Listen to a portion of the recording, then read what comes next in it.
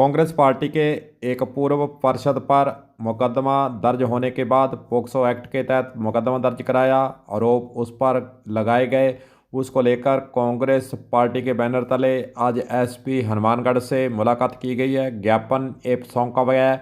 POCSO act के अंदर जो मुकदमा दर्ज कराया गया है उसको झूठा बताया गया है, उसकी निष्पक्ष जांच करने की मांग रखी गई है। कांग्रेसी पार्षद रंगेरा के द्वारा दो पूर्व पार्षदों पर गंभीर आरोप भी लगाए हैं और लड़ाई उन्होंने कहा कि कुछ और है और झूठा मेरे पर मुकदमा दर्ज करवाया गया है। चलिए सुनते हैं उन्होंने क्या क्या आरोप लगाए हैं और उस मुकदमे को लेकर क्या कहना है जो उन पर दर्ज किया गया है। बात है कब्जे की भूमि को लेके, तो उसमें पुलिस के द्वारा रोक दिया गया था कि कोई भी पक्ष इस प्लाट के नजदीक नहीं जाएगा, जो जैसी स्थिति है वैसी रहे। तो परसों रात को करीब 11:30 के करीब एक पक्ष दीवार निकाल रहा था, गेट लगा रहा था। तो दूसरे पक्ष ने मुझे बुलाया, मैं एज ए पार्षद के नाते वहां चला गया। मैं चला गया और वहां जाके उनको समझाइश करने की कोशिश की, तो उन्होंने मेरी गाड़ी पर ईंट पत्थर मार के और गाड़ी तोड़ दी। और उसके बाद मैं आ गया।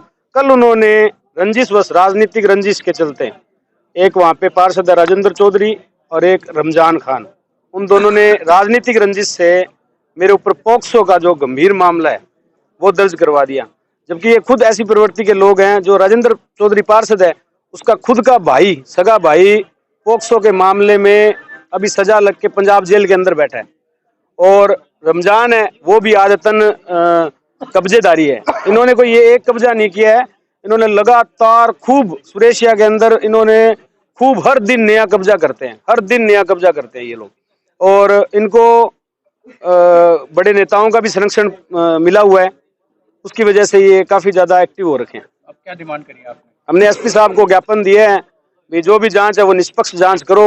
जिस प्रकार साहब ने कहा है भी हम जांच में, पॉक्सो जैसा मामला है, ये गंभीर मामला है, इसमें अगर आप दोषी नहीं हो तो आपके खिलाफ किसी प्रकार की कोई कार्रवाई नहीं होगी। जब वो मामला दर्ज हुआ था, कल उन्होंने मीडिया को वीडियो भी बिल्कुल दिया है बिल्कुल और उन्होंने आरोप लगाया है कि जो आपने उनके साथ मारपीट करी है और परिवार वालों के साथ और बच्ची के साथ छेड़छाड़ की है, इस तरह के आरोप लगे। हाँ बिल्कुल, उन्होंने बच्ची को, मैंने उस बच्ची को आज तक देखा ही नहीं हुआ। पहली बात तो छेड़छाड़ का तो दूर की बात है, मैंने उस बच्ची को कभी भी नहीं देखा। और जो औरत है वो बूढ़ी औरत है, वो 5-6 बार जो पंचायतियां हुई है, पुलिस चौकी में हुई है या कोई वार्ड में बैठ के हुई है, तब वो जरूर आई है।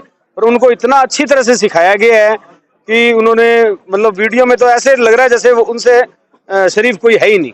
अच्छा, नगर परिषद चुनाव नजदीक है, क्या आपकी राजनीति पर प्रभाव डालने की कोई शरारत तो नहीं हो सकती? बिल्कुल बिल्कुल, यही किया गया है। वहाँ के जो ये पार्षद हैं उन्होंने ये गुट बनाया हुआ है।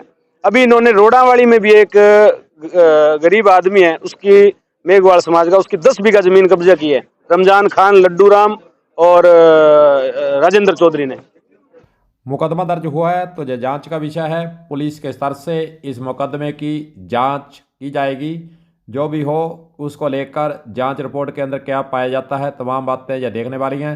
लेकिन नगर परिषद के चुनाव अब नज़दीक हैं और इस प्रकार के आरोप प्रत्यारोप का जो दौर है वह सिलसिलेवार अब तेज़ी पकड़ने लगा है। चुनाव नज़दीक होते ही इस तरह के आरोप प्रत्यारोप जारी हो ही जाते हैं और लगाने का जो सिलसिला है वह शुरू हो ही जाता है, क्योंकि हर एक वार्ड के अंदर कोई न कोई पार्षद बनना चाहता है, चुनाव लड़ना चाहता है, तो वह कोई ना कोई इस प्रकार का प्रकरण ढूंढकर अब जनता के सामने लाने से पीछे अब लगता यही है कि नहीं रहेंगे। जो पार्षद चुनाव में आना चाहते हैं वे अपने हिसाब से, राजनीति के हिसाब से, अपने तरीक़ों से आरोप प्रत्यारोप का जो सिलसिला है उसको अब आगे लगता यही है कि और भी हनुमानगढ़ के अंदर बढ़ने वाला है। कलम न्यूज के लिए गुरदेव सिंह सैनी की हनुमानगढ़ से खास रिपोर्ट।